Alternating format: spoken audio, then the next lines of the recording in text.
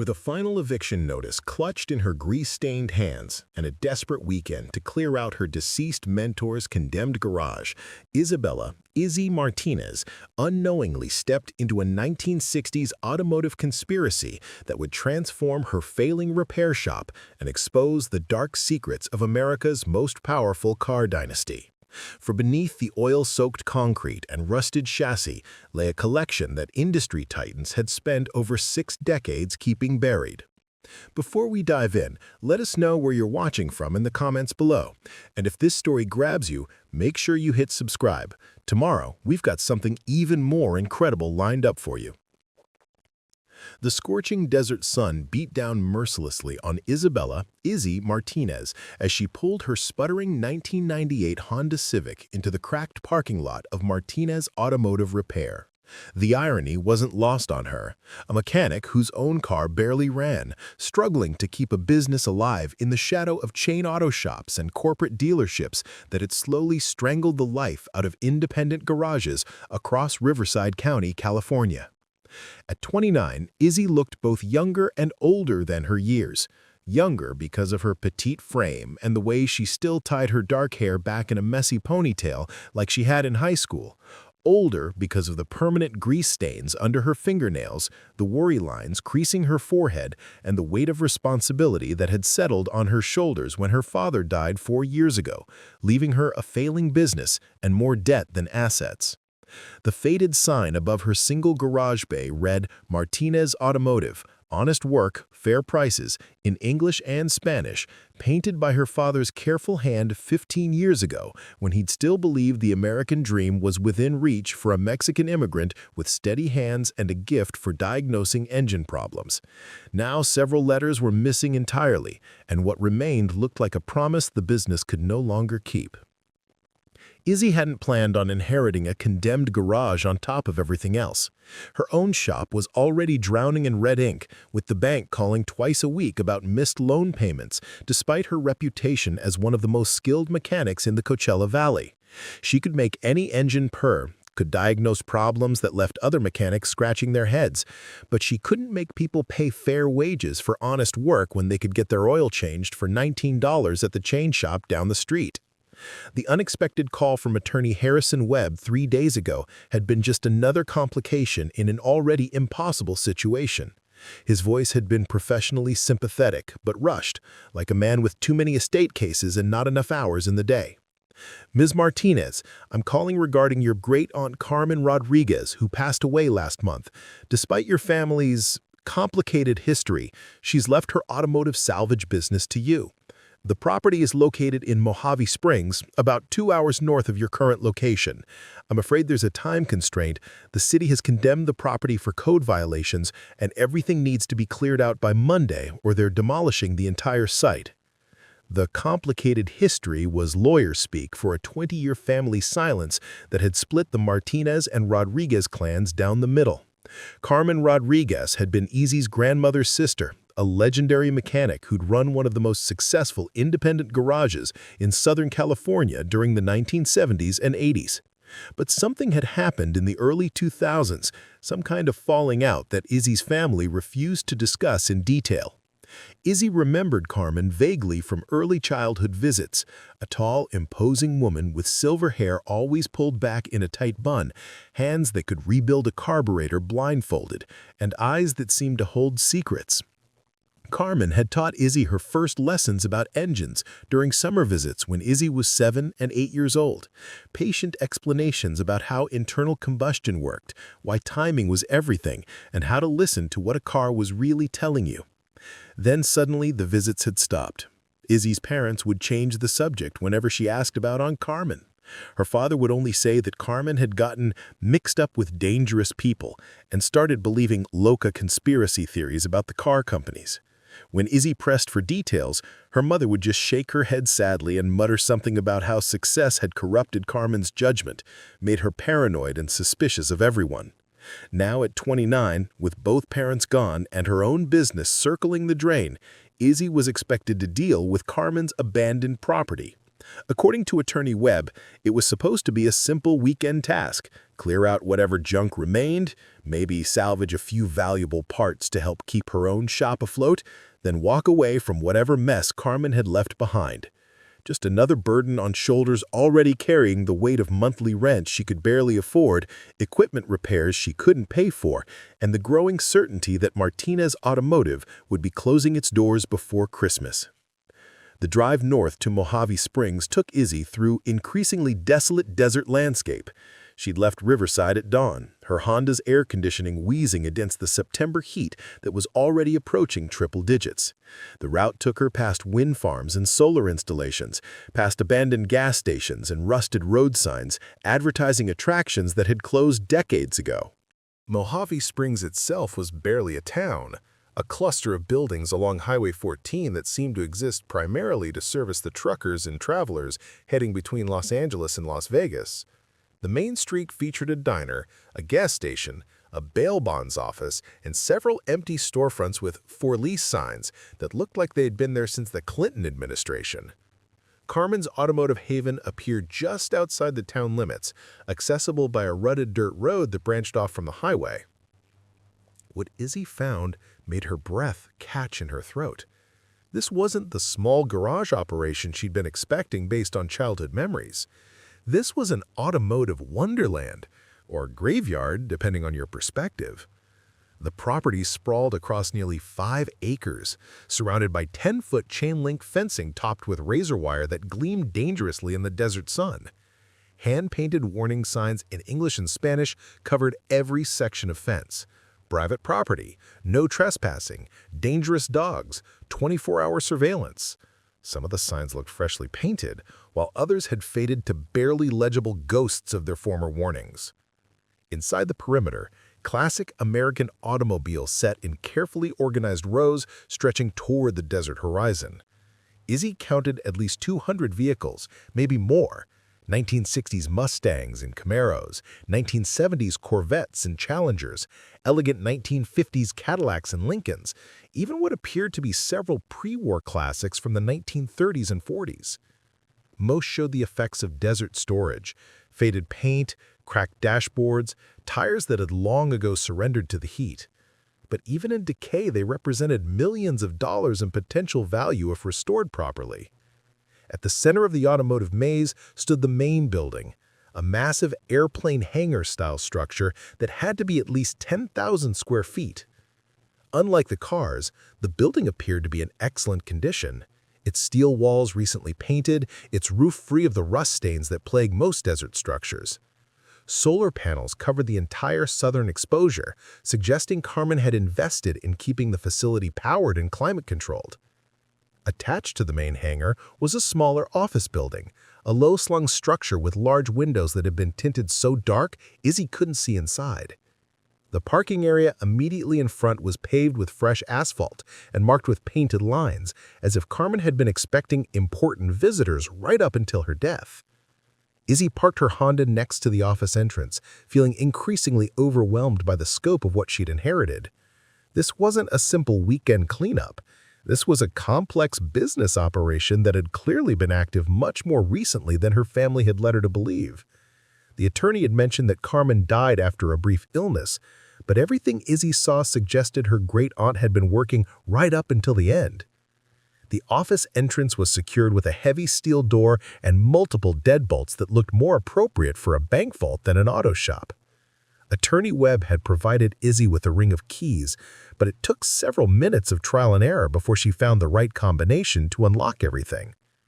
The door swung open with a soft whoosh of escaping cool air, and Izzy stepped into what felt like a different world entirely. The office was immaculate, climate-controlled, and equipped with technology that put her own modest shop to shame. Multiple computer workstations lined the walls, their screens dark but clearly high-end equipment. A massive desk dominated the center of the room, its surface covered with neat stacks of paperwork, vintage automotive magazines, and technical manuals that looked recently used. The walls were covered with framed photographs. Carmen shaking hands with men in expensive suits, Carmen standing beside exotic cars Izzy didn't recognize. Carmen receiving what appeared to be awards and commendations from various automotive organizations. One entire wall was dedicated to newspaper clippings and magazine articles, but Izzy was too overwhelmed to read them carefully in the moment. What struck her most was how personal the space felt, despite its professional appearance. Carmen's reading glasses sat folded on the desk beside a coffee mug that still held traces of cream-colored residue. A small cactus garden flourished on the windowsill, obviously tended with care. Family photographs were scattered among the automotive memorabilia, including several of young Izzy from those long-ago summer visits. "My God, Carmen," Izzy whispered to the empty room. "What were you really doing out here?" The rational part of her mind suggested calling Attorney Webb immediately, explaining that this was far more complex than a simple estate cleanup, and walking away from whatever secrets Carmen had been keeping. The property was condemned anyway. Let the city demolish everything and be done with whatever complicated legacy her great-aunt had left behind. But something held her there. Maybe it was the curiosity about the family secrets she'd never been allowed to understand. Maybe it was the desperate hope that something valuable might be hidden among Carmen's obviously extensive automotive collection. Or maybe it was just the memory of those summer afternoons, when Carmen was the only adult who took Izzy's mechanical aptitudes seriously, who encouraged her to pursue her dreams even when everyone else suggested she find something more appropriate for a girl. As the afternoon heat built to unbearable levels outside, Izzy decided to stay overnight. She'd brought camping supplies, having learned from years of poverty to always be prepared for the unexpected. The office had a small bathroom with running water, and the concrete floor would be more comfortable than sleeping in her car. She set up her sleeping bag in a corner, ate a dinner of convenience store sandwiches and warm soda, and tried to make sense of what she'd stumbled into. After eating, she began exploring Carmen's paperwork more systematically. Most documents were routine business records, parts receipts, customer invoices, tax returns showing the kind of modest profit typical of independent garages. But as she dug deeper, Izzy found evidence of a much more complex operation than the paperwork suggested. Buried beneath stacks of routine invoices were contracts with companies she'd never heard of, technical specifications for vehicles that didn't match any production models she recognized, and correspondence with people whose business cards listed only post office boxes and cellular phone numbers. One folder contained what appeared to be non-disclosure agreements signed by dozens of different people, all related to something called Project Blackwood. The name triggered a vague childhood memory. Carmen mentioning someone named Blackwood during one of those long-ago visits. Something about a man who had been betrayed by his own company and needed Carmen's help to preserve what they were trying to destroy. At the time, Izzy had been more interested in the candy Carmen kept in her desk drawer than adult conversations about business matters. As evening approached, Izzy's exploration was interrupted by the sound of vehicles approaching on the access road. Through the tinted windows, she watched as 3 black SUVs pulled into the parking area, their occupants hidden behind equally dark window tinting. Her heart rate spiked as she realized she was alone in the middle of the desert with no cell phone signal and no way to call for help if these visitors had unfriendly intentions. The vehicle sat idling for several minutes, their occupants apparently studying the property. Then, just as suddenly as they'd arrived, they drove away, heading back to the highway, without anyone ever emerging from the cars. Izzy waited another 20 minutes before venturing outside to make sure they were truly gone, but the encounter left her shaken and more determined than ever to understand what Carmen had been involved with. That night, lying in her sleeping bag on the office floor, Izzy made a decision that would change her life forever. She wasn't simply going to clear out the property and walk away. She was going to figure out what Carmen Rodriguez had really been doing in this desert compound, what secrets had been worth keeping for 20 years, and why powerful people were apparently still interested in monitoring the property even after her great-aunt's death. The next morning arrived with the punishing heat that made desert summers unbearable for anyone without proper air conditioning. Izzy woke early, determined to begin her investigation before the temperature made outdoor work impossible. She grabbed a bottle of water and Carmen's ring of keys, intent to explore the massive hangar that dominated the center of the property. The main hangar was secured with the same type of heavy-duty locks that protected the office, but Carmen's keys opened everything smoothly. As the massive rolling door rumbled open, Izzy stepped into an automotive cathedral that took her breath away. The hangar was divided into several sections, each climate-controlled and organized with the precision of a world-class museum. The first section contained what appeared to be a complete restoration shop: hydraulic lifts, spray booths, parts storage systems, and tool collections that represented hundreds of thousands of dollars in professional equipment. Everything was immaculate, recently used, and far more sophisticated than anything Izzy had ever worked with. The second section housed approximately 50 classic cars in various stages of restoration. These weren't the weathered vehicles she'd seen outside. These were pristine examples of American automotive artistry from the 1950s through 1970s. A 1967 Shelby GT500 sat next to a 1970 Plymouth Cuda, both restored to better-than-factory condition. Nearby, a 1963 split-window Corvette gleamed under the hangar's professional lighting system, its paint so perfect it seemed to glow from within. But it was the third section that made Izzy's knees weak. Behind a glass partition that required yet another key to access were vehicles she'd never seen before, prototype cars that appeared to be one-off designs for major manufacturers.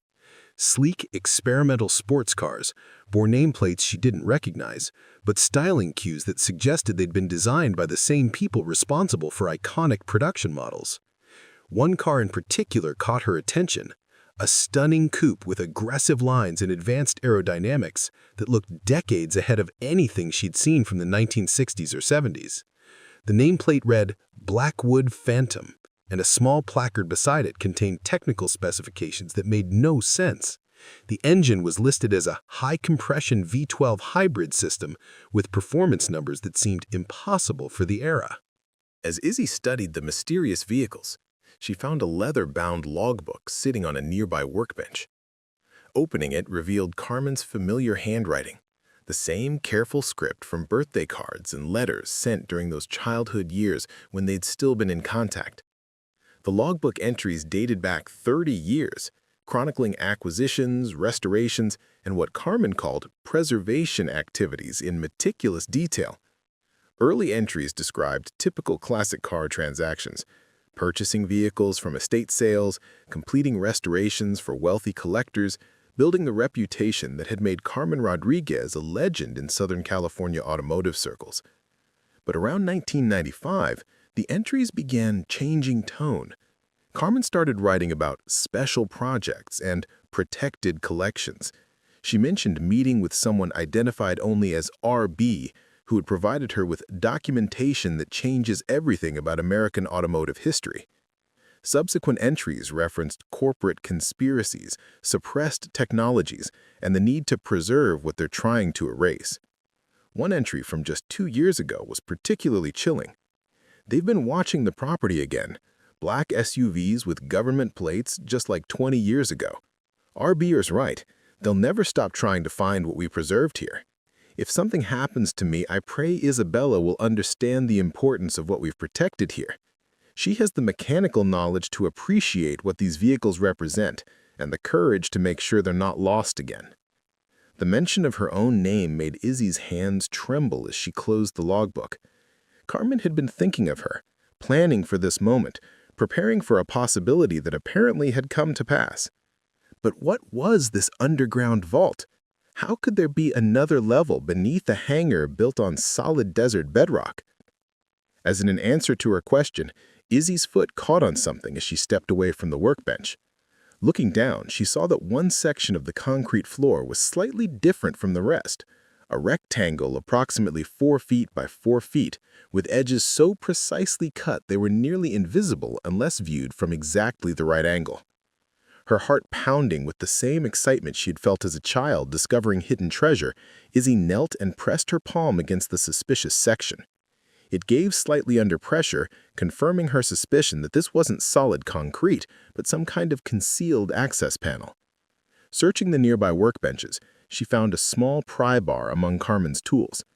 Working carefully around the edges of the hidden panel, she managed to lift one corner enough to reveal that it was indeed a covering for some kind of opening beneath the floor. As the panel lifted away entirely, Izzy found herself staring down into a concrete-lined shaft approximately 6 feet deep with what appeared to be a tunnel extending horizontally from the bottom. Emergency lighting flickered on automatically as the panel opened, illuminating a professionally constructed underground passage that seemed to extend beneath the hangar above. At the bottom of the shaft, a ladder led down to a landing where a heavy steel door stood partially open. Beyond the door, Izzy could see the beginning of what looked like an underground showroom, softly lit and climate-controlled, stretching into darkness that suggested a space far larger than the hangar above. For several minutes, Izzy simply stared into the opening, her mind struggling to process what she was seeing.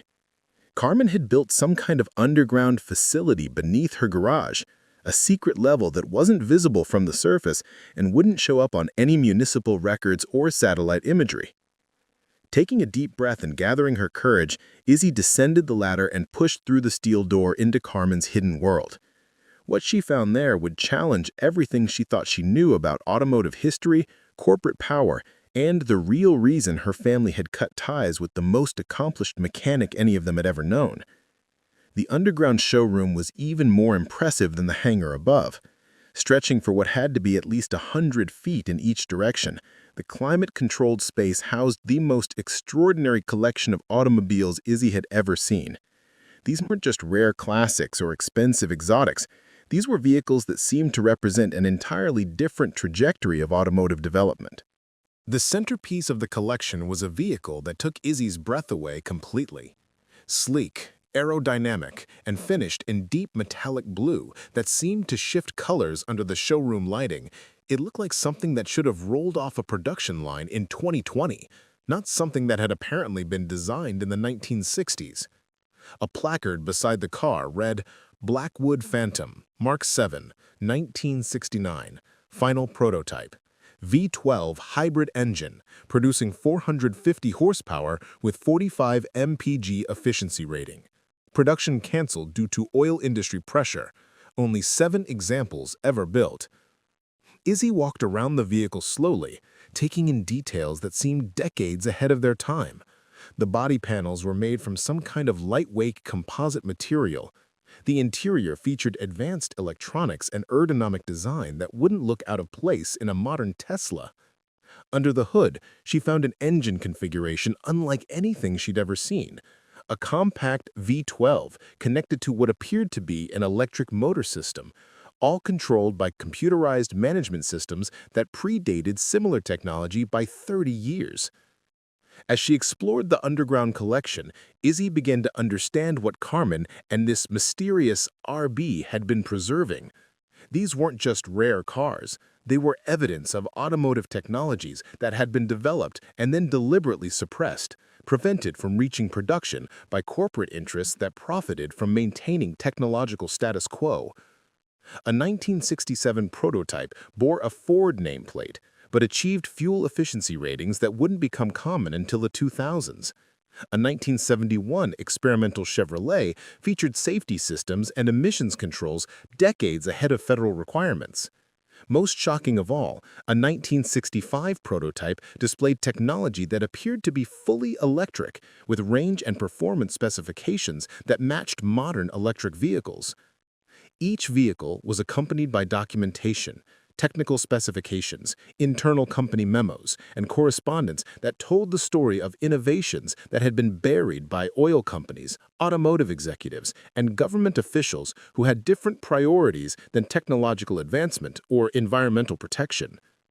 As Izzy absorbed the implications of what she was seeing, she found a final document that explained everything. It was a letter dated just 3 months before Carmen's death, written in her great-aunt's careful handwriting but addressed to Izzy herself. "My dear Isabella, if you're reading this, it means I'm gone, and you've been brave enough to discover what I've spent 30 years protecting.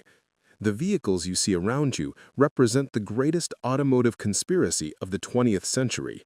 Technologies that could have revolutionized transportation, reduced pollution, and changed the course of history, all suppressed by people who valued profit over progress.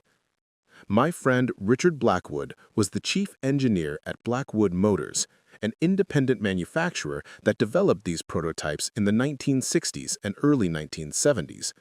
When he tried to bring them to market, he was destroyed by corporate sabotage, government pressure, and personal threats that forced him into hiding. Before disappearing, he entrusted these vehicles to me with one mission: preserve them until the world was ready to learn the truth. I've watched you grow into an extraordinary mechanic, Isabella. You understand cars not just as machines, but as expressions of human creativity and ingenuity. These vehicles need someone who can appreciate their significance and ensure they're not lost forever. The key to everything is hidden where we used to share our favorite memories. Remember the place where I first taught you to listen to what an engine was really telling you. The future of transportation is in your hands now.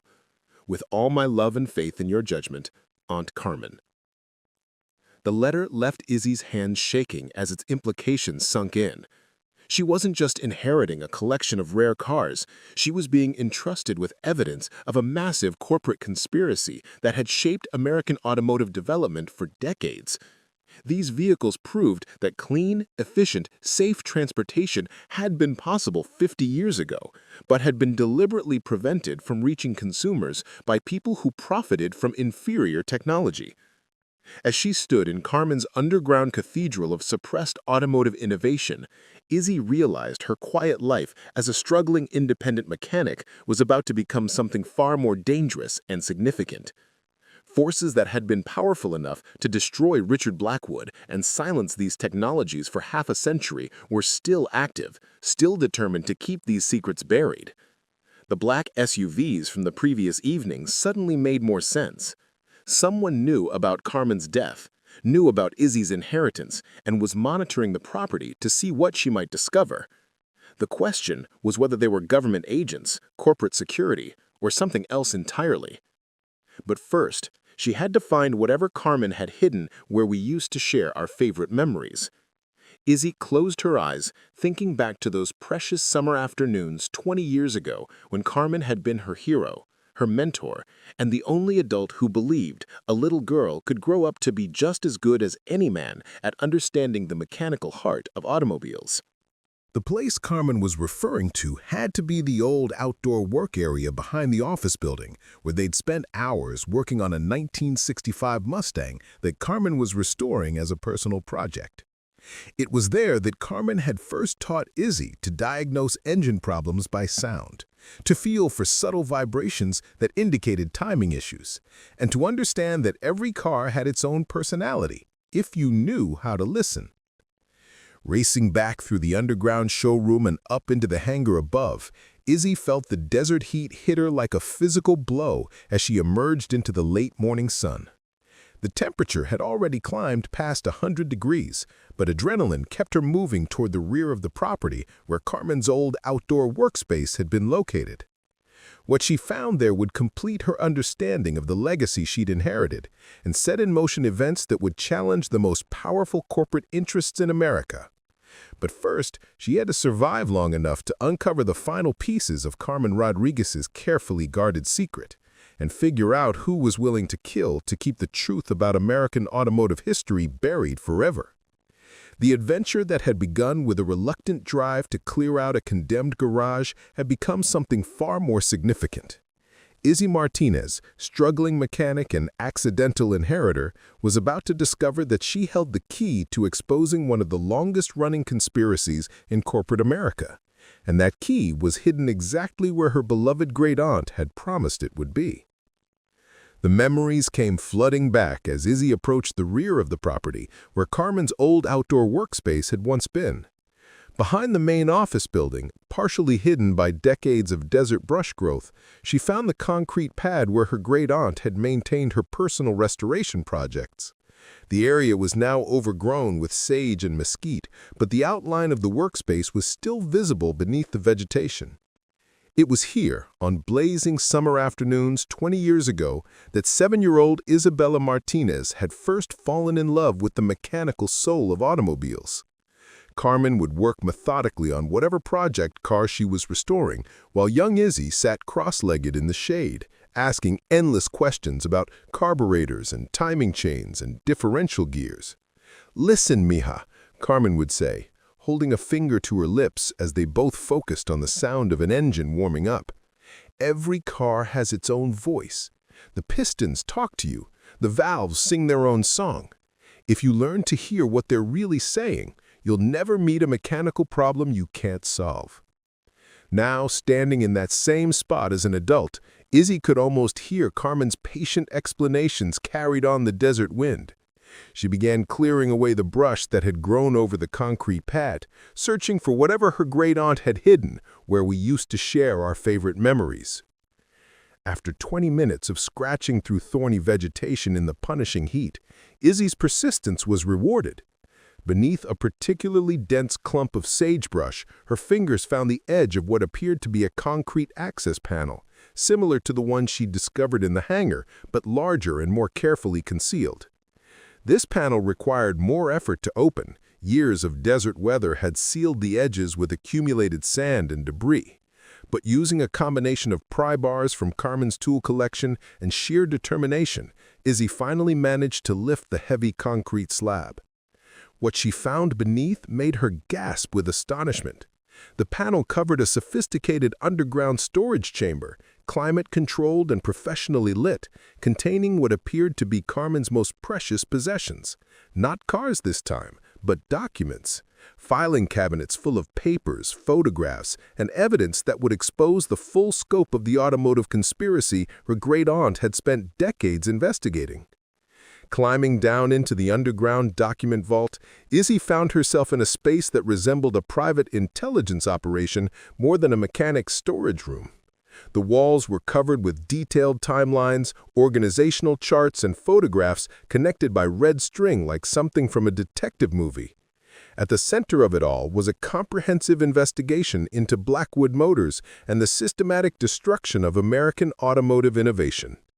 The first file cabinet Izzy opened contained correspondence between Richard Blackwood and various automotive executives from the 1960s and 1970s. The letters painted a picture of an industry in crisis, not financial crisis, but a crisis of conscience, as engineers and designers developed technologies that threatened the profitable status quo. Blackwood Motors had apparently been founded in 1963 by Richard Blackwood, a former chief engineer at General Motors who had become frustrated with Detroit's resistance to innovation. Using his own money and backing from progressive investors, Blackwood had established an independent research and development company focused on advanced automotive technologies. The early correspondence showed enthusiastic support from other engineers who had grown tired of corporate roadblocks to genuine innovation. Letters from former colleagues at Ford, Chrysler, and GM expressed interest in joining Blackwood's venture, bringing with them years of suppressed research and development work.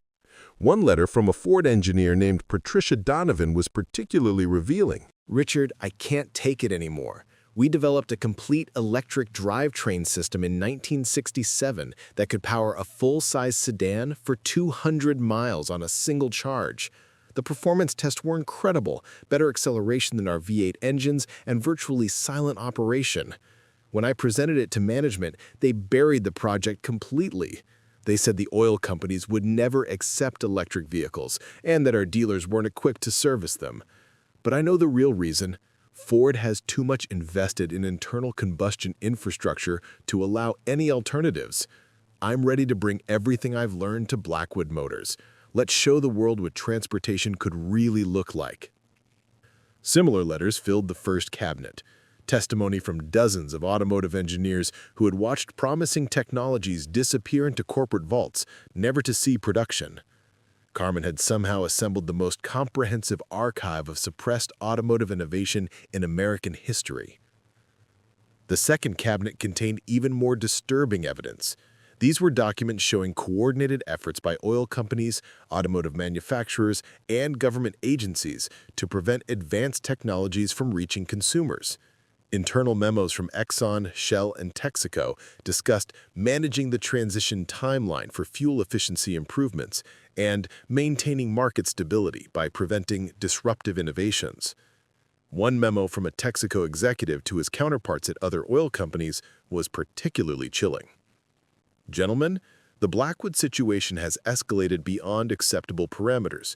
Our automotive contacts report that their prototype vehicles are achieving fuel efficiency ratings that could reduce gasoline consumption by 60 to 70% if brought to market. The electric vehicle prototypes threaten to eliminate gasoline demand entirely for urban transportation. We must coordinate our response before these technologies gain public attention. I recommend we engage our government contacts to explore regulatory options that would prevent certification of these vehicles for road use. As Izzy read through document after document, she began to understand the scope of what Carmen and Richard Blackwood had uncovered. This wasn't just about a few suppressed car designs. It was evidence of a massive conspiracy involving some of the most powerful corporations in America, all working together to prevent technological progress that would threaten their profitable monopolies. The third cabinet contained the most shocking revelations of all. These were FBI surveillance reports, CIA intelligence assessments, and correspondence between government agencies and corporate executives discussing Richard Blackwood as a national security threat whose innovations needed to be contained. A 1971 FBI memorandum classified Blackwood Motors as a subversive organization potentially funded by foreign interests seeking to destabilize American energy independence. The memo recommended enhanced surveillance of Blackwood employees and appropriate measures to prevent industrial espionage or technology transfer to hostile nations. The irony was breathtaking. An American engineer trying to improve American automotive technology was being treated as a foreign agent because his innovations threatened domestic corporate profits. But it was a CIA assessment from 1972 that revealed just how far the government was willing to go to protect corporate interests. Subject: Richard Blackwood. Threat assessment. Classification: top secret. Analysis indicates that Blackwood Motors has developed transportation technologies that could fundamentally alter American economic and strategic priorities. Electric vehicle systems with 200-plus-mile range would reduce petroleum dependence below strategic reserve thresholds. High-efficiency internal combustion engines would disrupt petroleum market pricing mechanisms that support friendly Middle Eastern regimes. Recommendation: implement comprehensive disruption protocols, including regulatory interference, financial pressure through banking channels, and, if necessary, direct intervention to prevent technology dissemination. Blackwood must be neutralized before his innovations reach commercial production. Izzy stared at the document for several minutes, her hands trembling as the implications sank in. The United States government had apparently treated technological progress as a national security threat because it might reduce corporate profits and complicate foreign policy relationships with oil-producing nations. As Izzy continued exploring Carmen's underground archive, she found detailed documentation of how that neutralization had been carried out. Banking records showed how Blackwood Motors had been systematically denied credit and investment funding. Regulatory documents revealed how federal safety and emission standards had been selectively enforced to prevent Blackwood vehicles from receiving road certification. Most damning of all were personal surveillance reports showing how Richard Blackwood and his employees had been subjected to harassment, intimidation, and threats that eventually forced the company out of business and drove Blackwood himself into hiding. A timeline constructed by Carmen showed the systematic destruction of Blackwood Motors between 1972 and 1975. 1972.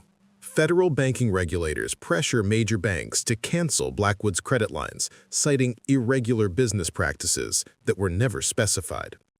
1973. EPA implements new emissions testing requirements specifically designed to exclude Blackwood's advanced engine technologies.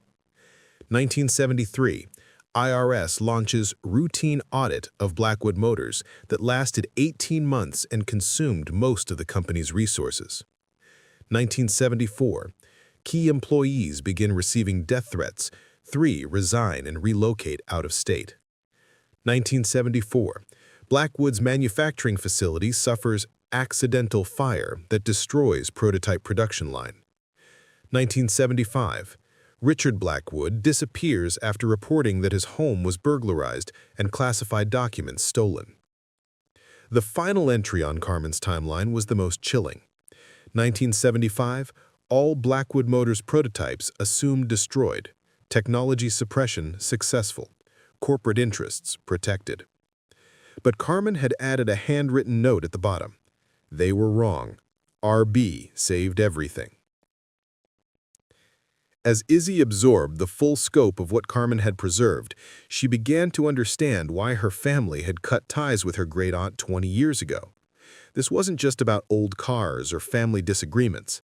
Carmen had been sitting on evidence that could expose the biggest corporate conspiracy in American history, information that powerful people would kill to keep secret. The fourth and final cabinet contained more recent documents showing that the conspiracy was still active. Corporate memos from the 1990s and 2000s revealed ongoing efforts to suppress electric vehicle development, advanced battery technologies, and high-efficiency engine designs that threatened established industry profits. One particularly disturbing document was a strategy memo from an automotive industry lobbying group dated just 5 years earlier. The resurgence of electric vehicle development poses significant challenges to traditional automotive and petroleum industry business models. Tesla's success has created public demand for alternatives that could accelerate adoption timelines beyond manageable parameters. We recommend coordinated response including regulatory challenges to electric vehicle infrastructure development, media campaigns emphasizing limitations and safety concerns, strategic investment in competing technologies to fragment market development, political pressure to maintain fossil fuel subsidies and tax advantages. If necessary, direct intervention to prevent breakthrough technologies from reaching commercial production. The memo was signed by representatives from every major American automotive manufacturer and several oil companies. The conspiracy that had destroyed Richard Blackwood in the 1970s was still operating, still working to prevent technological progress that would reduce corporate profits. As Izzy climbed back up from Carmen's document vault, her mind reeled with the implications of what she'd discovered. She wasn't just inheriting a collection of rare cars. She was now the sole keeper of evidence that could expose decades of corporate corruption and government complicity in suppressing technologies that could have revolutionized transportation and reduced environmental damage. The black SUVs from the previous evening suddenly made perfect sense. Whoever was monitoring the property knew about Carmen's death and was waiting to see if she'd hidden evidence that could threaten their continuing conspiracy. They had let Carmen keep her secrets as long as she remained silent, but now that she was gone, they needed to ensure those secrets died with her. But Carmen had been too smart for them. By leaving everything to Izzy, she'd ensured the evidence would survive even if something happened to her.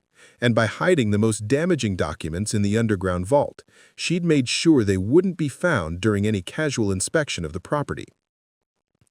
As Izzy returned to Carmen's office to plan her next moves, she noticed something that made her blood run cold. The door was standing open, the same door she'd carefully locked before going outside to search for the document vault. Someone had been inside the building while she was exploring Carmen's hidden archive. Moving cautiously through the office, Izzy found that someone had conducted a professional search of the space. Nothing appeared to be missing, but everything had been subtly disturbed. Papers moved slightly, drawers opened and closed, filing cabinets examined. Whoever had done this was skilled enough to search thoroughly while leaving minimal evidence of their presence. On Carmen's desk, however, they left something that hadn't been there before. A business card with no name or company information, just a phone number and a brief handwritten message. Call within 24 hours. We need to discuss your inheritance.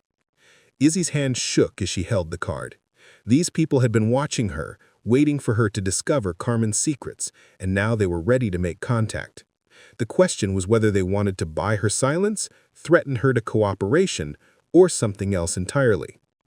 Before making any decisions about the mysterious phone number, Izzy needed to understand exactly what she was dealing with. She spent the rest of the day cataloging Carmen's evidence more systematically, photographing key documents with her phone and creating backup copies of the most important materials. What she found painted an even more disturbing picture than her initial exploration had revealed. Carmen hadn't just been preserving Richard Blackwood's suppressed technologies. She'd been actively investigating the ongoing conspiracy, tracking how the same corporate and government players continued to suppress automotive innovations that threatened established industry profits. Financial records showed suspicious patterns in automotive industry mergers and acquisitions over the past 3 decades. Whenever a small company developed promising alternative technologies, they were either bought out by major manufacturers and their innovations buried, or they mysteriously encountered financial difficulties that forced them out of business. Patent filings revealed how major corporations routinely purchased promising automotive patents simply to prevent their development, creating what Carmen called innovation graveyards, where breakthrough technologies went to die. She'd identified over 200 patents for advanced automotive technologies that had been bought by major manufacturers and never developed.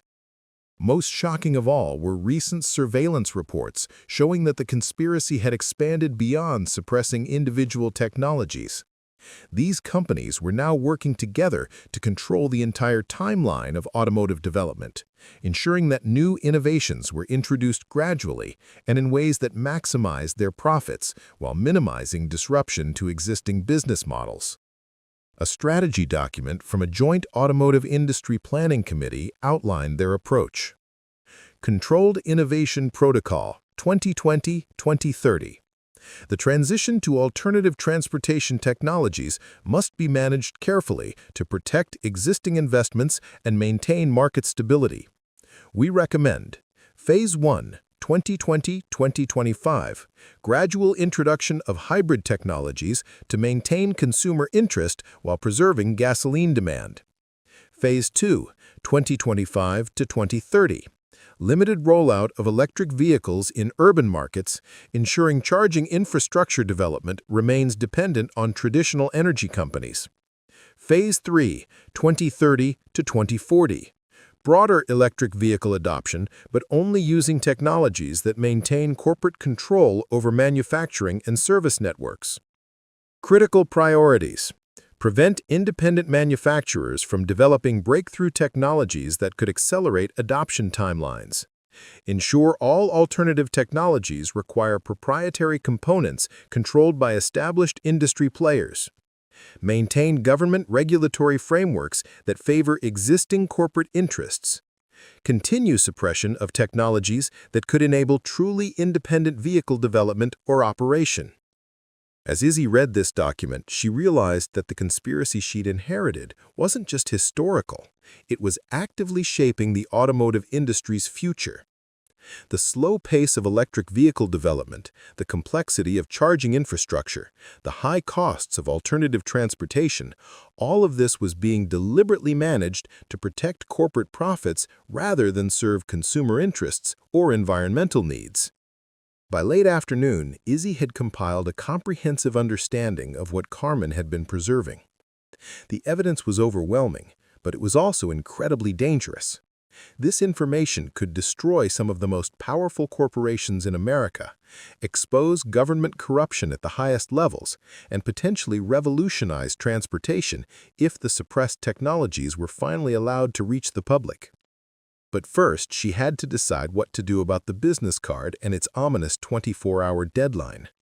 Calling the number would mean acknowledging that she'd found Carmen's evidence and opening negotiations with people who had already demonstrated their willingness to destroy lives to protect their secrets. Not calling might mean escalating their response to more direct threats. As sunset approached, bringing slight relief from the desert heat, Izzy made a decision that would determine everything that followed. Rather than call the number immediately, she would use the remaining time to secure Carmen's evidence and prepare for whatever confrontation was coming. Working through the evening by the light of the hangar's professional lighting system, Izzy began the meticulous process of documenting and preserving everything Carmen had collected.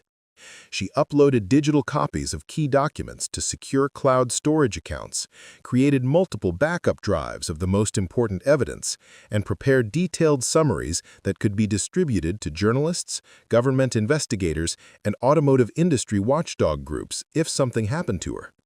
She also took comprehensive photographs and video documentation of the underground car collection, capturing every detail of the suppressed technologies that Richard Blackwood had developed 50 years ago.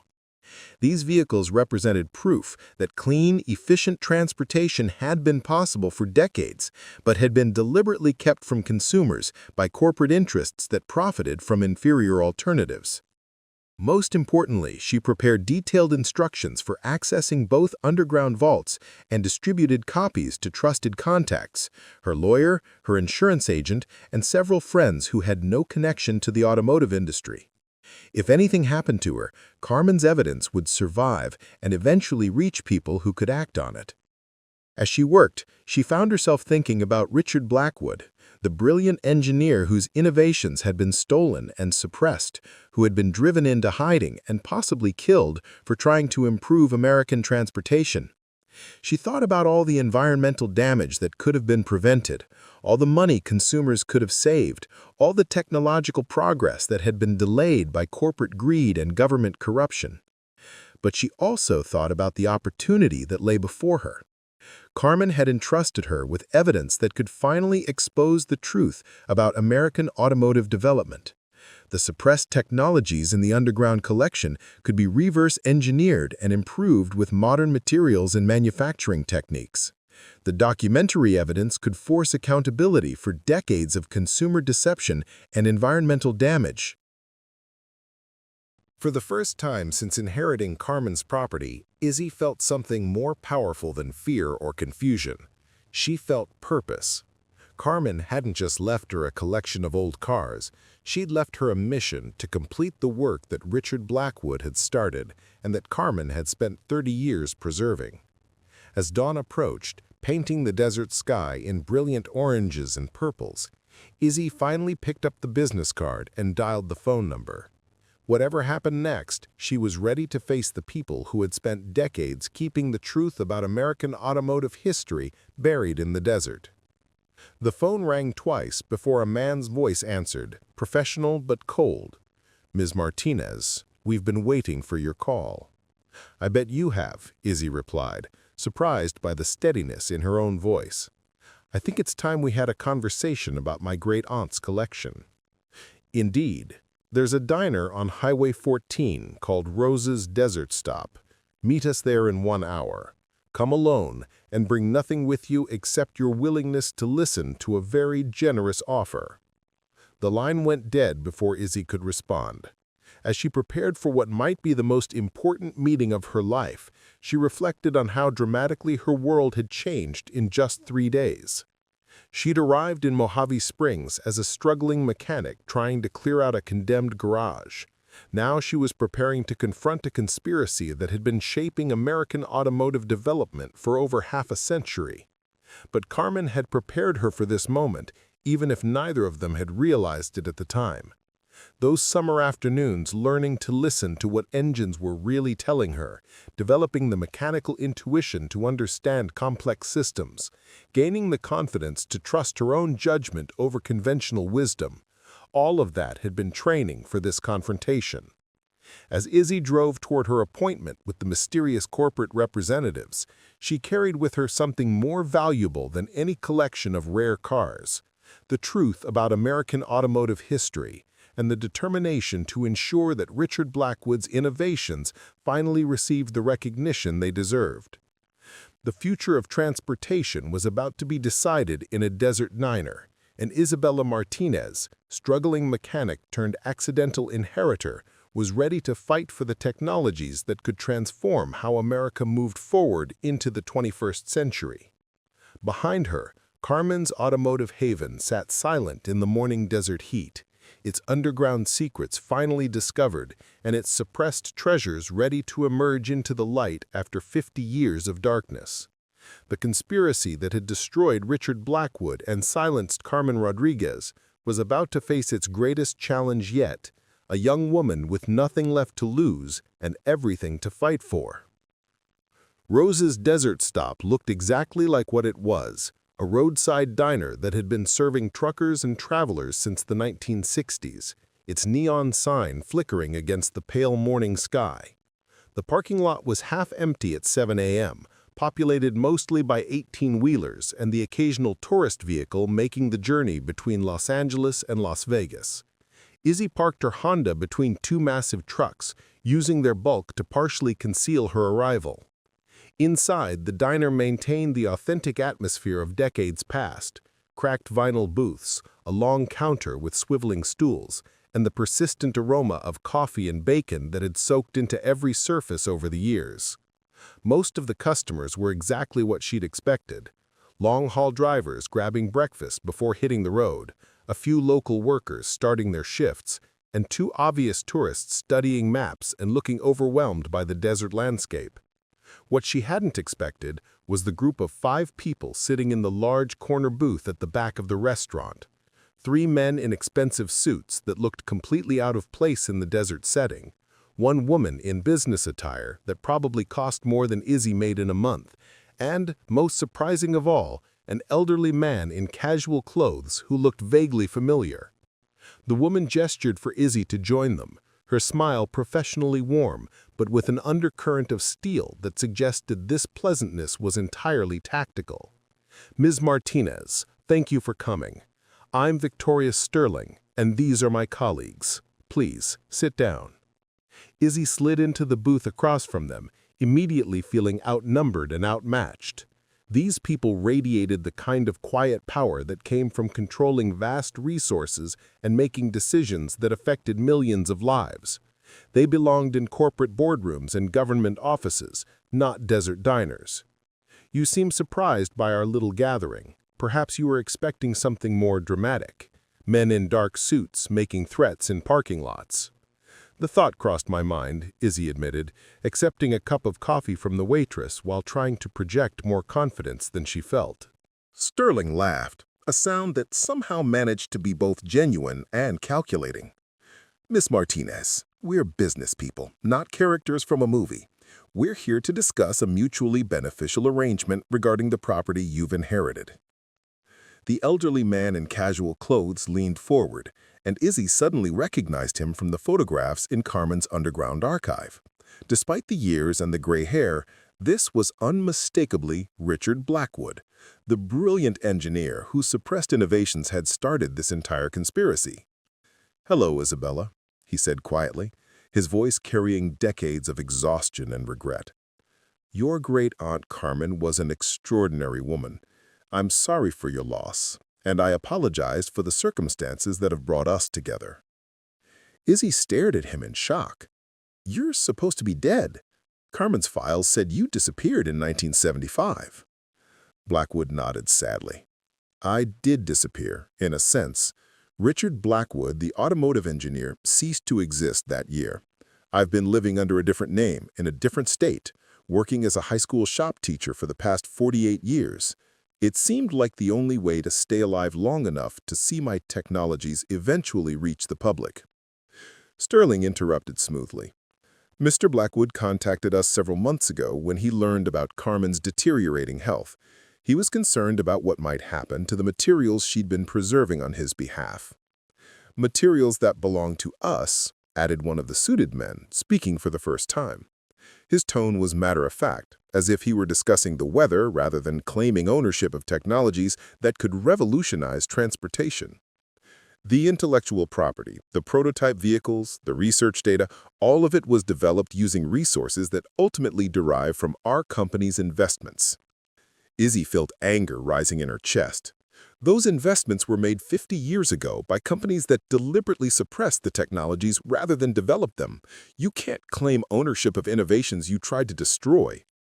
"Actually, we can," Sterling replied calmly. "The legal framework is quite complex, but essentially, when Blackwood Motors accepted funding from various sources in the 1960s, the agreements included provisions that assigned intellectual property rights to the funding organizations. The fact that those organizations chose not to commercialize the technologies doesn't invalidate their ownership." Blackwood looked uncomfortable with this explanation. "Isabella, the situation is more complicated than Carmen's files might have suggested. When I started Blackwood Motors, I was young and idealistic. I accepted investment funding from what I thought were progressive venture capital firms. I didn't realize until much later that these firms were actually fronts for established automotive and oil companies. "They funded you in order to control you," Izzy said, the pieces clicking together. "They never intended to let your technologies reach the market." "Precisely," Blackwood confirmed. "By the time I understood what was happening, it was too late. The legal agreements gave them ownership of everything I'd developed. When I tried to go public with the information, they had both the legal right and the financial resources to destroy me." Sterling opened a briefcase and removed a thick folder of documents. "Which brings us to our current situation, Miss Martinez. These are the original intellectual property agreements, updated ownership transfers, and current legal documentation establishing clear corporate control over all Blackwood Motors technologies and materials." Izzy glanced through the papers, understanding enough to realize they represented a legal maze that could take years to challenge in court, years she couldn't afford, and legal battles she couldn't fund. "What exactly are you proposing?" "Something remarkably generous, considering the circumstances. We're prepared to purchase the entire property from you for $50 million cash. That's approximately 10 times its assessed value as an automotive salvage business. You could pay off any debts, start fresh wherever you choose, and never have to worry about financial security again." The sum was staggering, enough to solve every problem in Izzy's life and set her up comfortably for the future.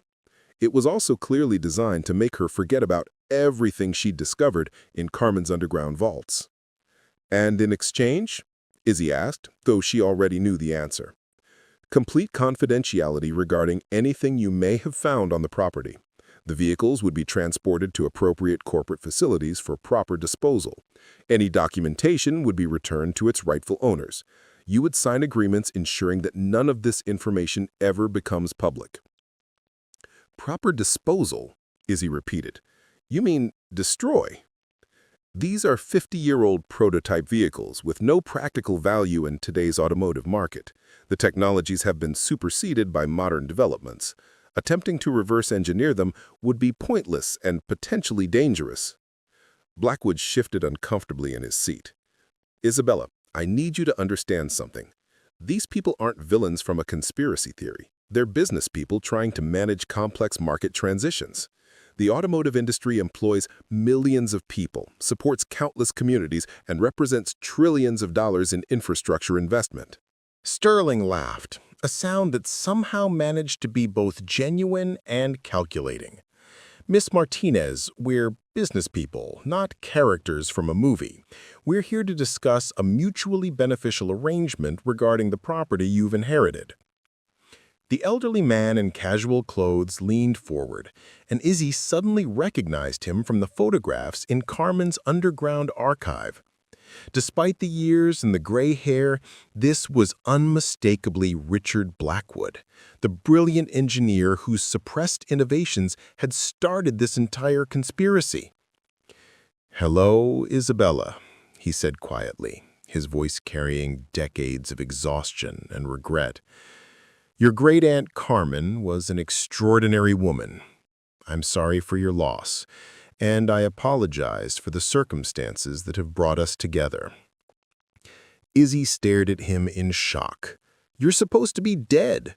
Carmen's files said you disappeared in 1975. Blackwood nodded sadly.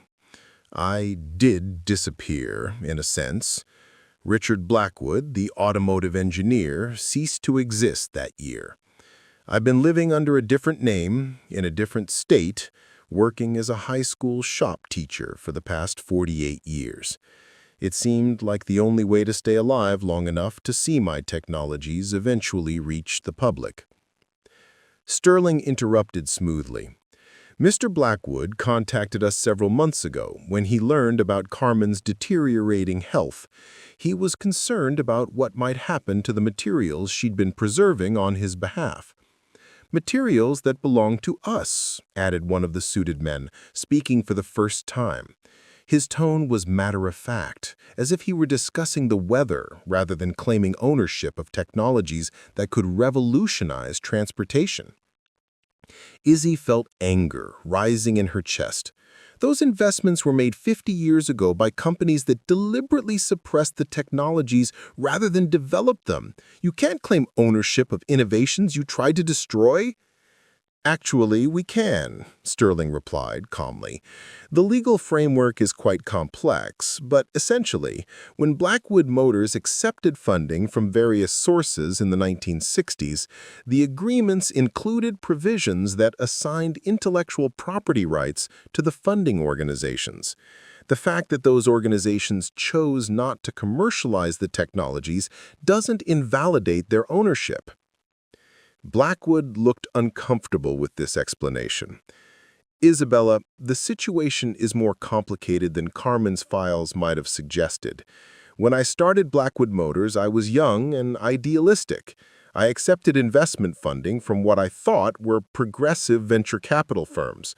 I didn't realize until much later that these firms were actually fronts for established automotive and oil companies. They funded you in order to control you. They never intended to let your technologies reach the market. Precisely, Blackwood confirmed. By the time I understood what was happening, it was too late. The legal agreements gave them ownership of everything I'd developed. When I tried to go public with the information, they had both the legal right and the financial resources to destroy me. Sterling opened a briefcase and removed a thick folder of documents. Which brings us to our current situation, Miss Martinez. These are the original intellectual property agreements, updated ownership transfers, and current legal documentation establishing clear corporate control over all Blackwood Motors technologies and materials. Izzy glanced through the papers, understanding enough to realize they represented a legal maze that could take years to challenge in court. Years she couldn't afford, and legal battles she couldn't fund. What exactly are you proposing? Something remarkably generous, considering the circumstances. We're prepared to purchase the entire property from you for $50 million cash. That's approximately 10 times its assessed value as an automotive salvage business. You could pay off any debts, start fresh wherever you choose, and never have to worry about financial security again. The sum was staggering, enough to solve every problem in Izzy's life and set her up comfortably for the future. It was also clearly designed to make her forget about everything she discovered in Carmen's underground vaults. And in exchange, Izzy asked, though she already knew the answer, complete confidentiality regarding anything you may have found on the property. The vehicles would be transported to appropriate corporate facilities for proper disposal. Any documentation would be returned to its rightful owners. You would sign agreements ensuring that none of this information ever becomes public. Proper disposal? You mean destroyed? These are 50-year-old prototype vehicles with no practical value in today's automotive market, one of the suited men explained. The technologies have been superseded by modern developments. Attempting to reverse engineer them would be pointless and potentially dangerous. Blackwood shifted uncomfortably in his seat. Isabella, I need you to understand something. These people aren't villains from a conspiracy theory. They're business people trying to manage complex market transitions. The automotive industry employs millions of people, supports countless communities, and represents trillions of dollars in infrastructure investment. Richard is right, Sterling agreed. Sudden disruption of established automotive markets could cause economic chaos that would hurt far more people than it would help. The transition to alternative transportation technologies needs to be managed carefully, at a pace that allows existing investments to retain value while new technologies are developed responsibly. Izzy studied their faces, trying to understand whether they actually believed what they were saying, or if this was simply a more sophisticated form of rationalization. And what if I refuse your offer? The temperature in the booth seemed to drop several degrees as Sterling's professional smile became more fixed. That would be unfortunate. The property is already condemned by the city for code violations. Without significant investment in bringing it up to current standards, it will be demolished within 60 days regardless of your preferences. The financial requirements for compliance would exceed $2 million, added another suited man. Permits, environmental remediation, structural upgrades, zoning modifications, the list is extensive. Most of the vehicles on the property would need to be removed regardless, since they violate current storage regulations for automotive salvage operations. Blackwood leaned forward, his eyes pleading with Izzy to understand. They have the legal authority to make this very difficult for you. I learned that lesson the hard way 48 years ago. Sometimes the practical approach is to accept compensation for what you can't change anyway. Izzy felt the walls closing in around her as she realized the sophistication of the trap Carmen had unknowingly left her in. These people had spent decades perfecting their control over automotive innovation.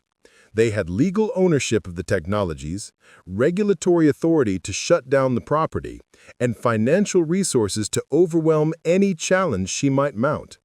But something in their eagerness to close this deal quickly suggested they weren't as confident as they appeared. If their legal position was truly unassailable, why offer $50 million for a condemned salvage yard? Why bring Richard Blackwood out of hiding to help convince her? Why meet in a desert diner instead of a corporate conference room? I need time to consider your offer, Izzy said finally. This is a lot to process. Sterling's smile became noticeably more strained. Of course. However, I should mention that this offer has a limited time frame. Market conditions are fluid, and our ability to maintain this level of compensation depends on resolving the situation quickly. How quickly? 72 hours. After that, we'll need to pursue other options for resolving the property issues. The threat was subtle but clear. Accept their offer within 3 days, or face the full weight of their legal and regulatory pressure without compensation. As the meeting broke up, Blackwood asked to speak with Izzy privately. They walked outside into the desert heat while the corporate representatives remained in the air-conditioned diner. Isabella, he began, his voice heavy with regret. I want you to know that working with them was not my choice. After Carmen died, they tracked me down and made it clear that my continued anonymity depended on helping them resolve this situation peacefully. They threatened you? Izzy stated rather than asked. Not directly, but they know where I live, where I work, what name I've been using for nearly 50 years. At my age, starting over again isn't really an option. Blackwood paused, studying the desert landscape that had hidden Carmen's secrets for so long. But I also want you to know something else. Carmen didn't just preserve my old technologies. She improved them. Izzy looked at him sharply. What do you mean? Your great-aunt was brilliant in ways that even I didn't fully appreciate at the time. Over the past 30 years, she's been secretly upgrading and modernizing the prototype vehicles. The electric systems in those cars aren't from the 1960s. They're cutting-edge technology that she developed by combining my original designs with modern battery chemistry, computer control systems, and advanced materials.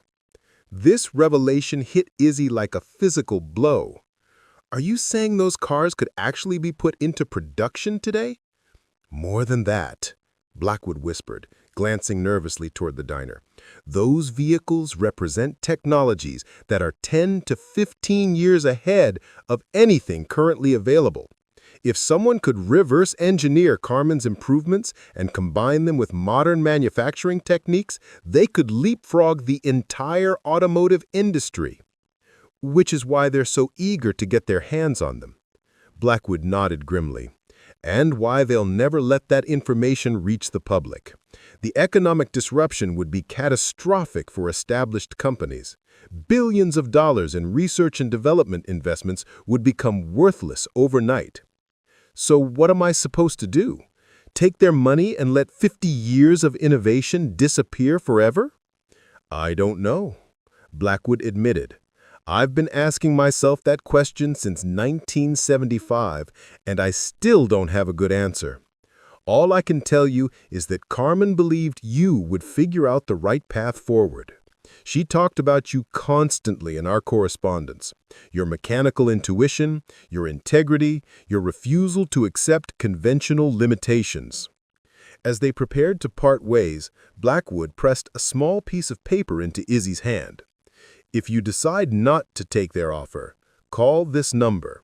There are other people who might be interested in what Carmen preserved, people with resources and motivations different from the ones we just met with.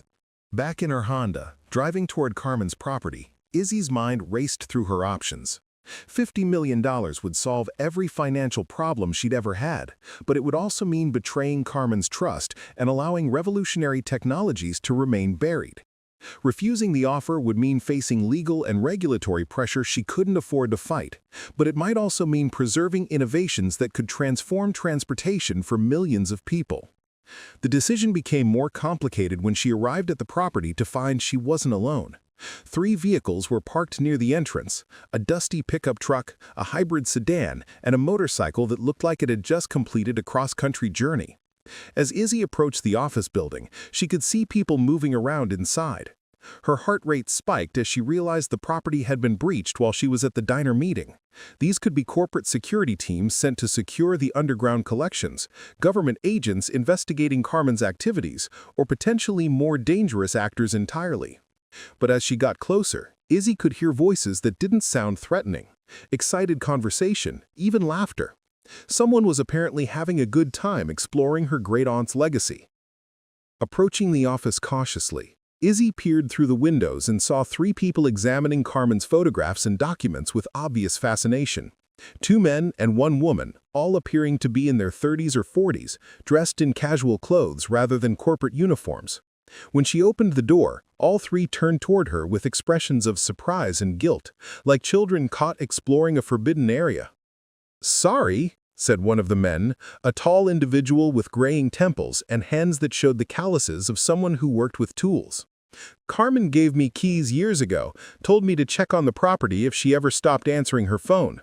When we couldn't reach her for several weeks, we drove out here and found all of this." "Have you seen the underground collections?" asked Izzy.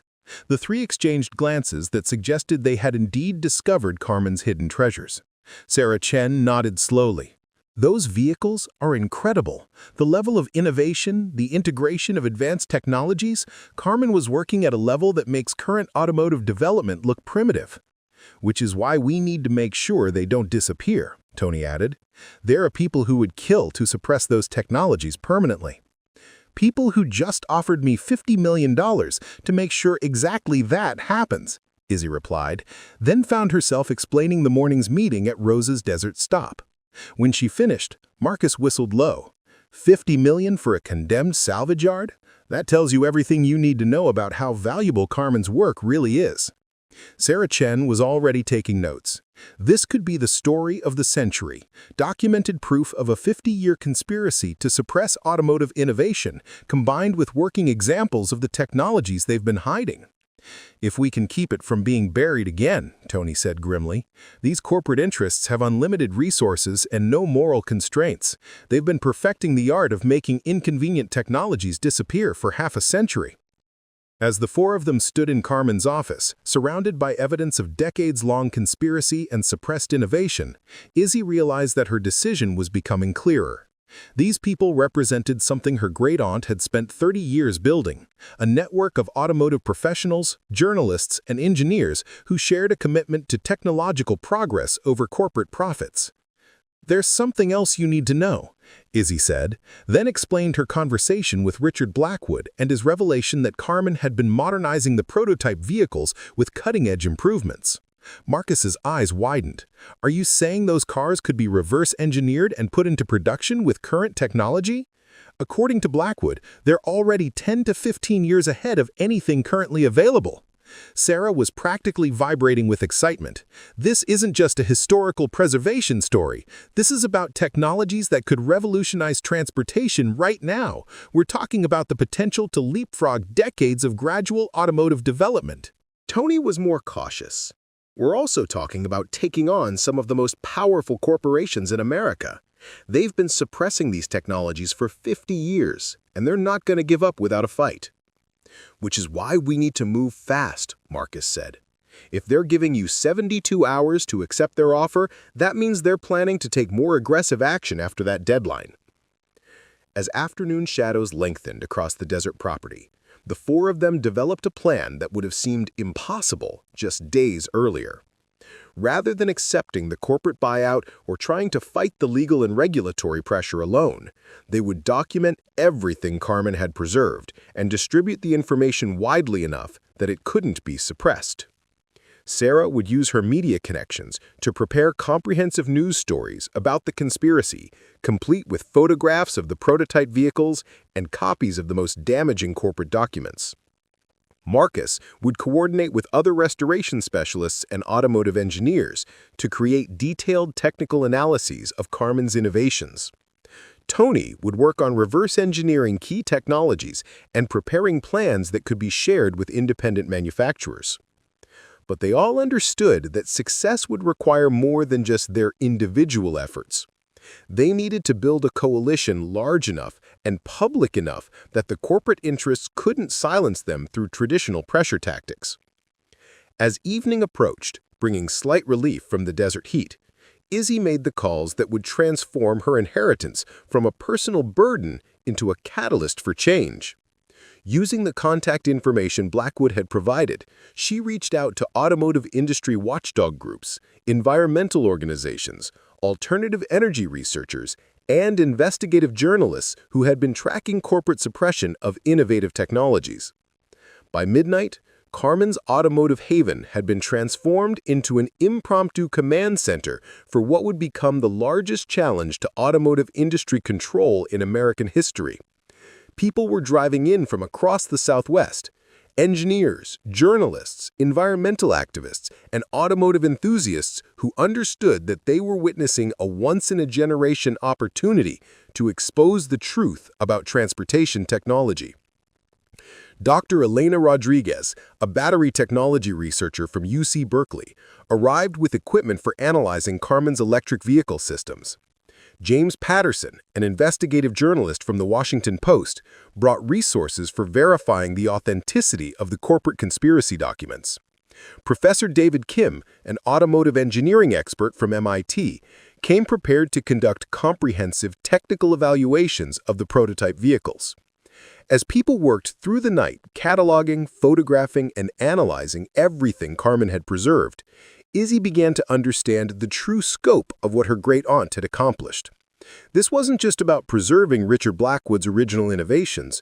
Carmen had created a comprehensive archive of automotive industry corruption spanning 5 decades, combined with working examples of technologies that could revolutionize transportation if they ever reached the public. But she also understood that they were running out of time.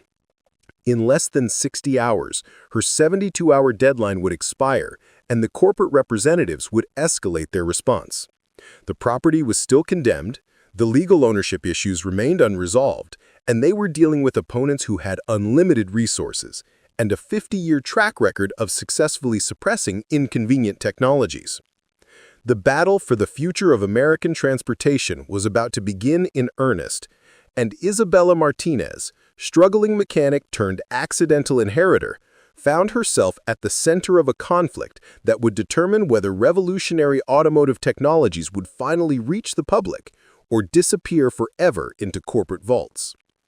As dawn approached over the Mojave Desert, casting long shadows across the property where so many secrets had been hidden for so long, Izzy prepared for the confrontation that would define not just her own future, but the future of transportation technology in America.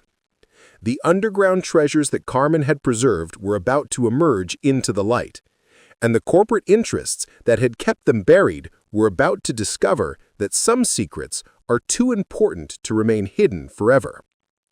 The 72nd hour arrived with the brutal heat of a Mojave Desert afternoon, but the property buzzed with activity that had nothing to do with the weather. What had started 3 days ago as one woman's reluctant weekend cleanup had transformed into the largest automotive industry exposé in American history. Carmen's automotive haven now resembled a cross between a research facility and a media production center. Temporary satellite uplinks beamed live footage to news networks across the country. Technical teams from universities and independent research institutions conducted detailed analyses of the prototype vehicles. Automotive journalists filed real-time reports about corporate documents that revealed decades of technological suppression.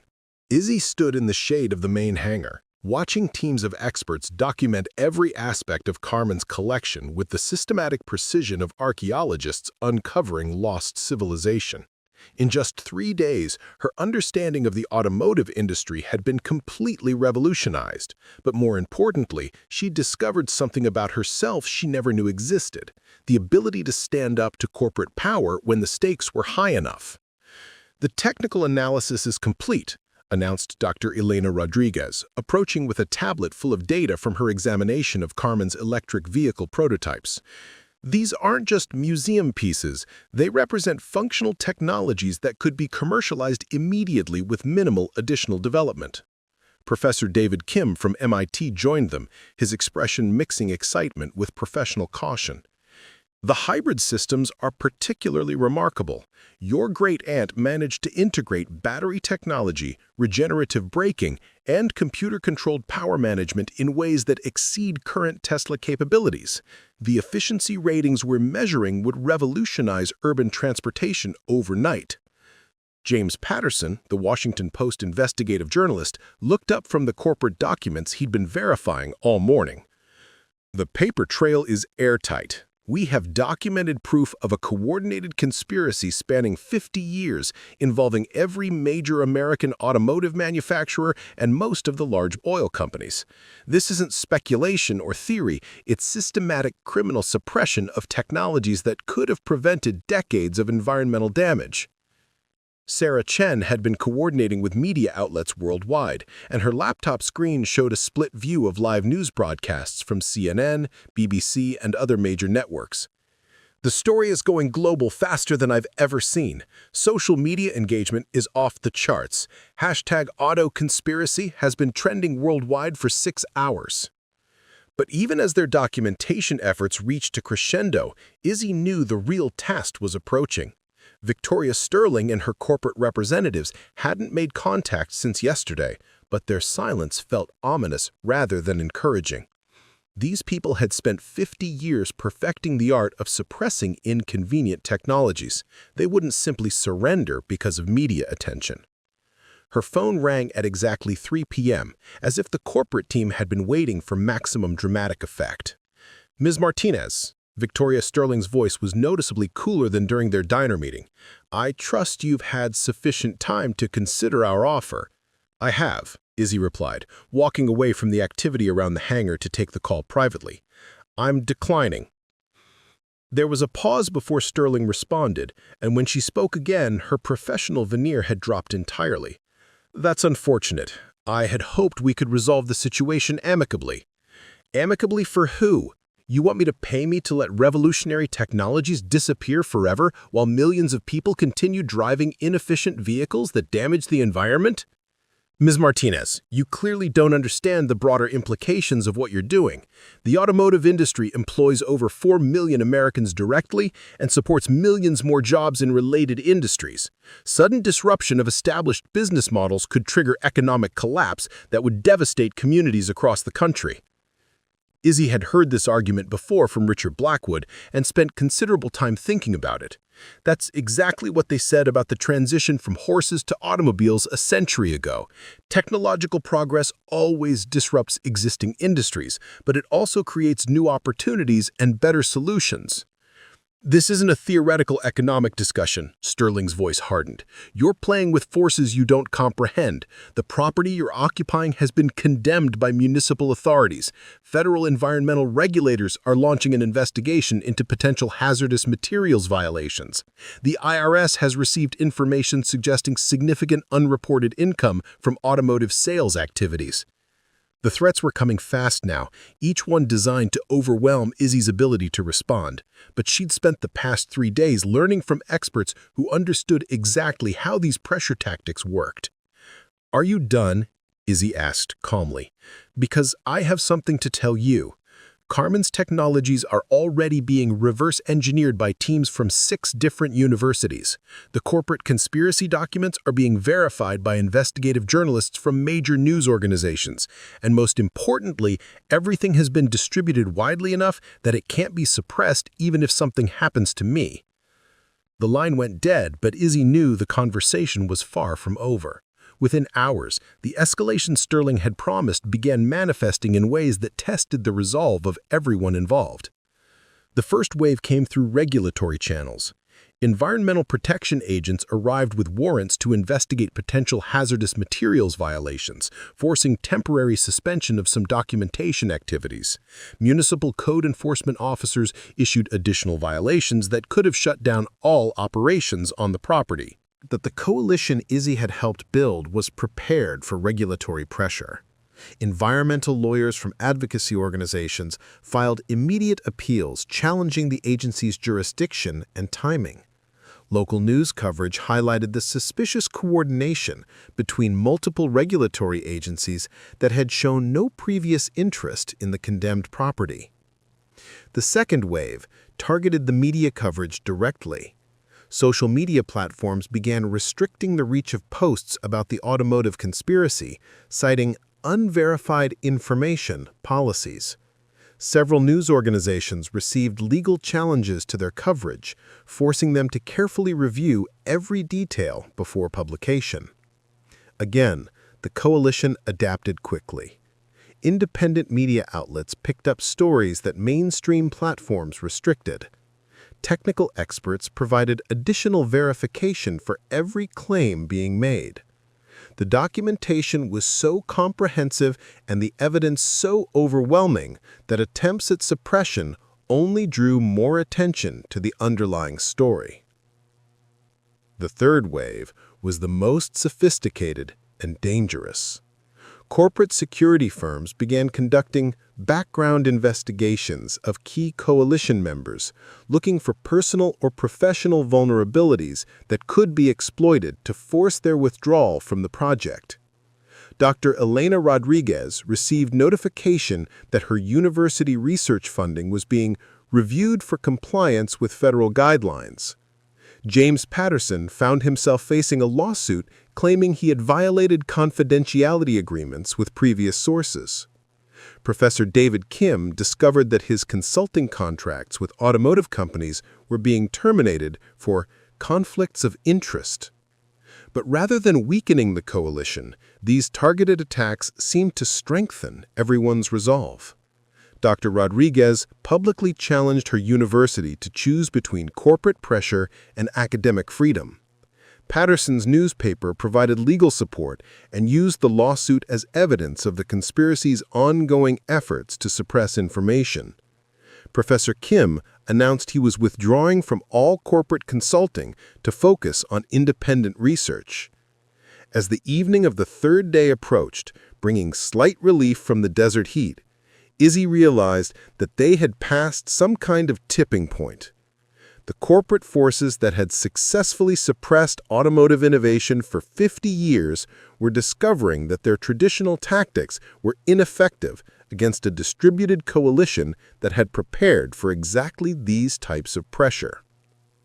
The breakthrough moment came at sunset, when Richard Blackwood arrived at the property in a convoy of vehicles that included several prototype cars from Carmen's collection. He had spent the day conducting live television interviews, explaining the technical details of the suppressed technologies, and providing first-hand testimony about the conspiracy that had destroyed his company in 1975. "Isabella," he said as he approached the hangar, where teams were still working by artificial lighting, "I want to thank you for doing what I was never brave enough to attempt. For 50 years, I've been hiding in anonymity while these technologies gathered dust in Carmen's vaults. You've given them a chance to finally reach the public." Dr. Rodriguez looked up from her laptop, where she'd been preparing technical specifications for distribution to automotive manufacturers worldwide. The response has been incredible. Independent car companies in Norway, South Korea, and Germany are already expressing interest in licensing rights to develop these technologies for commercial production. Professor Kim added, 3 American universities have announced joint research initiatives to further develop Karman's innovations. The Federal Department of Energy have indicated they're interested in funding demonstration projects. But it was Sarah Chen who delivered the most significant news. Victoria Sterling just issued a public statement on behalf of what she's calling the Automotive Industry Transition Consortium. They're announcing a voluntary program to accelerate development of advanced efficiency and alternative energy technologies. Izzy studied the press release on Sarah's laptop screen, recognizing the careful language designed to make corporate surrender look like proactive leadership. They're trying to control the narrative and the timeline. Instead of fighting the technology release, they want to manage how quickly it reaches consumers. James Patterson nodded grimly. Classic damage control. Acknowledge the situation, claim they were already working on similar innovations, and try to maintain control over the commercialization process. Which means we've won the immediate battle, Marcus Webb observed. These technologies are going to reach the public. The question now is whether they reach consumers as quickly and broadly as possible, or whether corporate interests manage to slow and limit the rollout to protect existing investments. As night fell over the desert property, the coalition faced a new phase of their challenge. They had successfully prevented the suppression of Karman's technologies and exposed the historical conspiracy, but now they needed to ensure that revolutionary automotive innovations actually reached consumers rather than disappearing into controlled corporate development programs. The solution came from an unexpected source. Tony Reeves, the independent motorcycle engineer who had been quietly working in the background throughout the crisis, announced that he had successfully reverse-engineered key components of Karman's hybrid system and was prepared to share the technical specifications as open-source designs. Anyone with sufficient technical knowledge and manufacturing capability can build these systems, he explained to the assembled coalition. By making the designs freely available, we ensure that no single corporation can control access to the technology. Dr. Rodriguez was enthusiastic about the open-source approach. This is how we prevent another 50-year suppression cycle. If the technology belongs to everyone, it can't be buried by corporate interests. But Professor Kim raised practical concerns. Open-source designs are powerful for preventing suppression, but they don't address the manufacturing and distribution challenges. Most consumers can't build their own hybrid vehicles, even with detailed technical specifications. The debate continued through the night, with automotive experts, journalists, and activists working together to develop a comprehensive strategy for ensuring Karman's technologies would revolutionize transportation rather than simply becoming curiosities in corporate research departments. By dawn, they had developed a multifaceted approach that addressed both immediate and long-term objectives. Technical specifications would be released as open-source designs to prevent corporate control. University research programs would receive funding to further develop the technologies. Independent manufacturers worldwide would receive licensing opportunities to commercialize the innovations. And ongoing media coverage would track implementation progress to maintain public awareness and pressure. But the most important element of their strategy was the establishment of the Karman Rodriguez Foundation for Automotive Innovation, a nonprofit organization dedicated to supporting technological advancement in transportation while preventing the suppression tactics that had buried innovations for decades. Izzy found herself appointed as the Foundation's first executive director, responsible for managing the property as a research and education center while overseeing distribution of Karman's technologies to qualified manufacturers and researchers worldwide. As the sun rose over the Mojave Desert on what would later be recognized as a historic day in automotive development, Izzy reflected on how dramatically her life had changed since she'd reluctantly driven north to clear out her great-aunt's condemned garage. 3 weeks later, the transformation was even more remarkable. Carmen's automotive haven had been converted into a permanent research facility and museum, attracting visitors from around the world who wanted to see the vehicles that had sparked the great automotive awakening of the 2020s. The first commercial vehicles incorporating Carmen's hybrid technologies rolled off production lines in Germany and South Korea just 6 months after the initial exposé. American manufacturers, initially resistant to adopting innovations they had spent decades suppressing, found themselves forced to compete with international companies that offered dramatically superior efficiency and performance. Richard Blackwood, no longer living in anonymous exile, established a consulting firm helping automotive manufacturers implement the technologies he had originally developed 50 years earlier. His first major contract came from Tesla, which licensed his advanced battery management systems for their next generation of electric vehicles. Dr. Elena Rodriguez received a Nobel Prize in Chemistry for her analysis and improvement of Carmen's battery technologies, which enabled electric vehicles to achieve ranges exceeding 500 miles on a single charge. Professor David Kim founded a new automotive engineering program that focused specifically on sustainable transportation technologies. James Patterson won a Pulitzer Prize for his investigative series exposing the half-century automotive conspiracy, but more importantly, his reporting led to congressional investigations that resulted in new regulations preventing corporate suppression of technological innovations. The environmental impact was equally dramatic. Vehicle emissions in countries that rapidly adopted Carmen's technologies dropped by over 60% within 2 years. Urban air quality improved measurably in cities where high-efficiency vehicles became common. Global petroleum demand began declining for the first time since World War II. But perhaps the most significant change was cultural.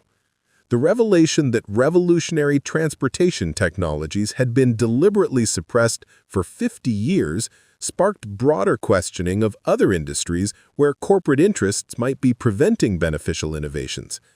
Medical researchers began investigating whether pharmaceutical companies were suppressing treatments that might reduce profitable chronic disease management.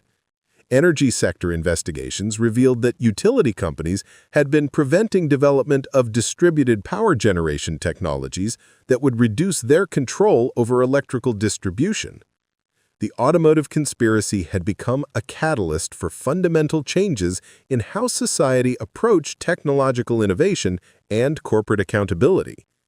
Standing in her office at the Carmen Rodriguez Foundation for Automotive Innovation, looking over the research facility that had once been a condemned salvage yard, Izzy Martinez reflected on the extraordinary journey that had brought her to this moment. A year earlier, she had been a struggling mechanic facing bankruptcy, desperately trying to keep a family business alive in an economic environment that seemed designed to favor corporate chains over independent operators. Now she was managing one of the world's most important automotive research centers, overseeing technologies that were transforming transportation worldwide. But more importantly, she had discovered something about herself that she never could have imagined.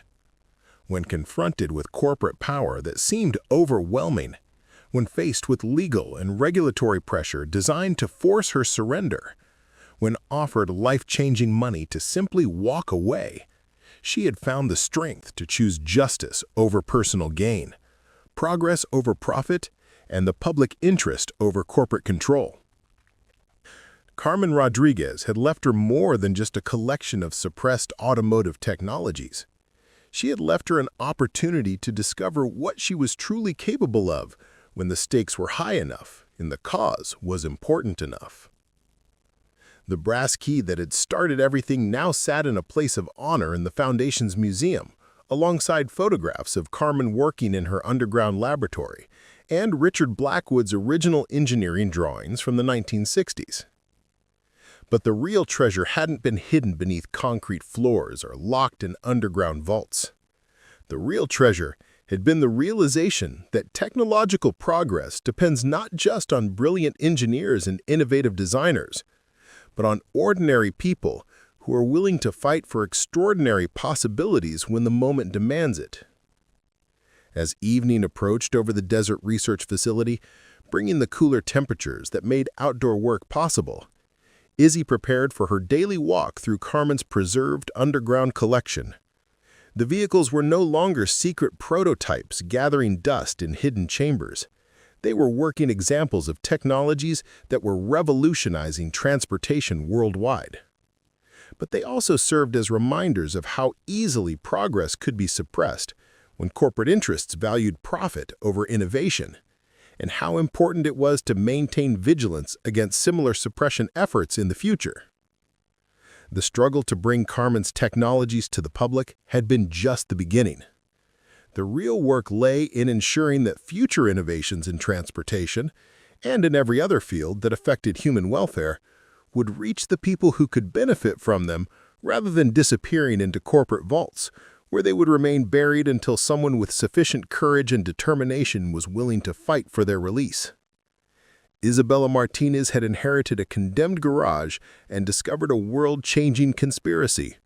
But more importantly, she had inherited the responsibility to ensure that the future of technological progress belonged to humanity, rather than to the corporations that preferred profitable status quo over beneficial change. The sunset over the Mojave Desert painted the sky in brilliant oranges and purples, the same colors that had witnessed the burial of automotive secrets 50 years earlier and their triumphant emergence into the light of public knowledge. Tomorrow would bring new challenges, new opportunities, and new innovations that would continue Carmen Rodriguez's mission of advancing transportation technology for the benefit of everyone. The underground vault had been opened, its secrets revealed, and its treasures shared with the world. The greatest automotive conspiracy in American history had been exposed, and the technologies that had been buried for 50 years were finally free to transform transportation for the benefit of everyone. Isabella Martinez had found more than a collection of rare cars in her inheritance. She had found her purpose, her community, and her place in the ongoing struggle to ensure that technological progress served humanity, rather than corporations that preferred profitable status quo over beneficial change. The condemned garage had become a cathedral of innovation, and the ridiculed mechanic had become a guardian of the future.